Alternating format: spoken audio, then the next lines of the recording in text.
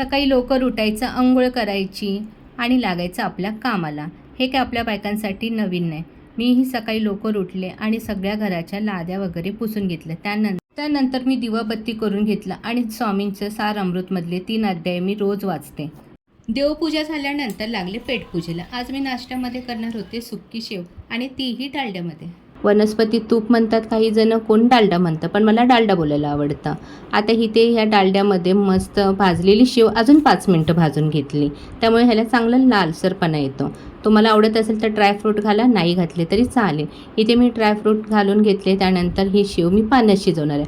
आता दुधाचा आणि माझा 36चा आकडा. तुम्हाला आवडत असेल तर पाण्याऐवजी तुम्ही दुधाचा वापर करू शकता. इथे मी आवडीप्रमाणे साखर घातली आहे आणि शेव शिजायला ठेवून दिले. शेव शिजते तोपर्यंत किचनवरचा पसारा आवरून घेतला. सगळ्या वस्तू की जागच्या जागी असल्या थोडा कामाचा भार हलका होतो.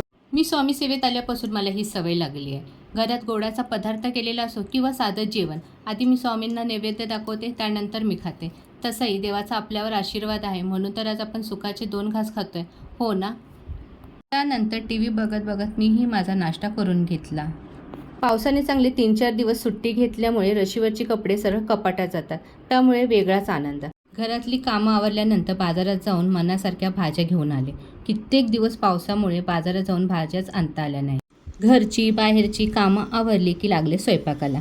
आज माझ्या डोक्यात मेनू फिक्स होता, त्यामुळे मला जास्त विचार करायची गरज लागली नाही. मस्त ज्वारीच्या गरम गरम भाकरी आणि हुलग्याची पिठी. काही जण हुलग्याच्या पिठीमध्ये कोकम घालतात, पण मी इथे उन्हाळ्यात वाळवलेल्या कैऱ्या घातल्या आहेत. चला मग, पिठी तुम्हाला भाताबरोबर आवडते का भाकरीबरोबर, मला कमेंट्समध्ये नक्की सांगा. आणि जाता जाता या जेवायला. आणि व्हिडिओ आवडला असेल तर व्हिडिओला लाईक, शेअर, सबस्क्राईब करायला विसरू नका.